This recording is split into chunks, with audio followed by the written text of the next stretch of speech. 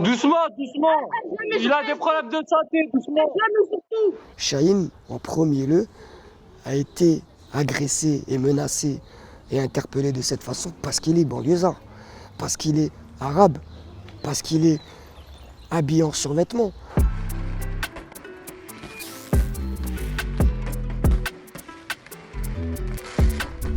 Je m'appelle Chahine Azami, j'ai 25 ans et je suis ghetto reporter. T'as un reporter animalier, t'as les reporters de guerre et t'as les ghetto reporters.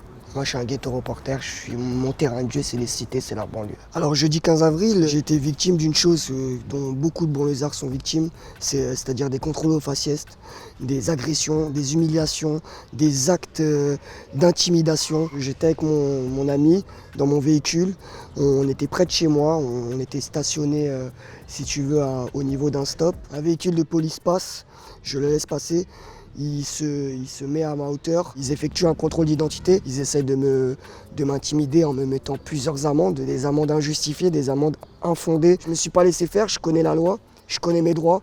Les policiers doivent avoir un numéro RIO qui ne portait pas sur eux, je leur ai demandé et c'est de là d'où est partie la confrontation et c'est là d'où est partie l'interpellation. Il a des problèmes de santé, doucement. Depuis que j'ai 11 ans, 12 ans, je suis le mec qui prend tout en photo au quartier, tout en vidéo. Des fois on me disait ouais mais gros t'abuses, je filmais les émeutes, on me disait mais non filme pas ça et tout, ouais, je kiffais, tu vois, je kiffais faire ça. Et petit à petit, les gens j'ai vu qu'ils aimaient ce que je faisais, je commençais à mettre des vidéos, à faire des montages, filmer les révoltes de l'intérieur, comme l'année dernière à Villeneuve-la-Garenne. Tous mes abonnés de banlieue sont des reporters, ils sont mes yeux et mes oreilles. Il faut vraiment que je sélectionne les choses qui sont véridiques. Une fois que je juge que c'est véridique et qu'il se passe des choses anormales sur la vidéo, qu'il y a des violences, là je fais l'article, je balance. Une affaire que j'ai médiatisée, je l'ai interviewée dès qu'elle est sortie de l'hôpital, c'est Déborah. Déborah, c'est une fille qui se baladait dans la centre commerciale. Bon, elle n'avait pas son masque et contrôle de police, sa cousine se fait interpeller. Elle se fait bousculer par la policière l'attrape, la pousse contre le mur à plusieurs reprises, la secoue. Elle m'a attrapée par le bras, elle m'a sorti dehors, elle m'a menottée et elle m'a ressecouée encore une fois. Cette femme était enceinte de plus de 3 mois et le soir de l'interpellation, la dame se fait hospitaliser et elle fait une fausse couche.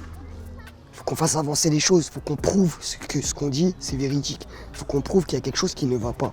Le seul moyen, aujourd'hui, on a les réseaux sociaux. Moi, je fais partie d'une grande famille. J'ai des cousins qui sont des anciens, justement, du 9-5. Ils m'ont dit à l'époque, nous, de Ziad et Boula, quand on s'est rebellés, on a tout niqué. On n'avait pas les réseaux sociaux. On ne pouvait pas prouver ce qui se passait au quotidien. Vous avez de la chance. Montrez, prouvez. Faites des plans, cachez des caméras, utilisez les moyens que vous avez maintenant, les moyens qu'on n'avait pas hier, et faites en sorte de prouver qu'il y a des choses qui se passent qui ne sont pas normales. Ouais.